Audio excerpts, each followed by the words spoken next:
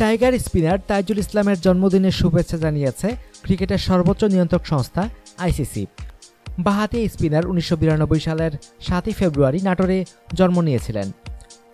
অভিষেক টেস্টেই 5 wicket নিয়ে তাইজুল জানান দিয়েছিলেন নিজের আগমনী বার্তা।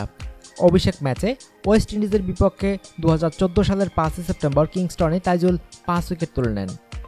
পরের ম্যাচে আরও 3টি উইকেট দখল করেন তিনি। একই বছর ঢাকায় জিম্বাবুয়ের বিপক্ষে পরের সিরিজে তুলে নিয়েছিলেন 9 উইকেট।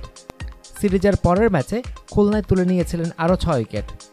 খুলনায় 2015 সালে পাকিস্তানের বিপক্ষে পেয়েছিলেন 6 উইকেট।